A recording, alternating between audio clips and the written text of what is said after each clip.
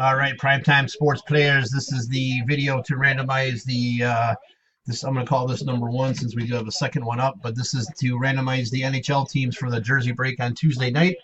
We'll check the time here. Is January 7th at 9:45 p.m. We'll go over to the break and type live. And we have January 7th at 9:45 p.m.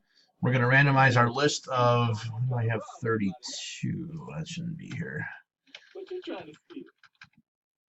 There we go. All right, so 31 NHL teams.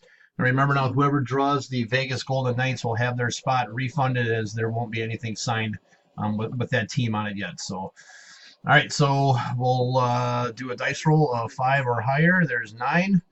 All right, here we go. Good luck. 1, 2, 3, 4, 5, 6, 7, 8, and 9. There we go. So we'll get the list posted here. You guys can do trades until Tuesday night, and we'll get that baby broke Tuesday night. So that's it. We'll see you then.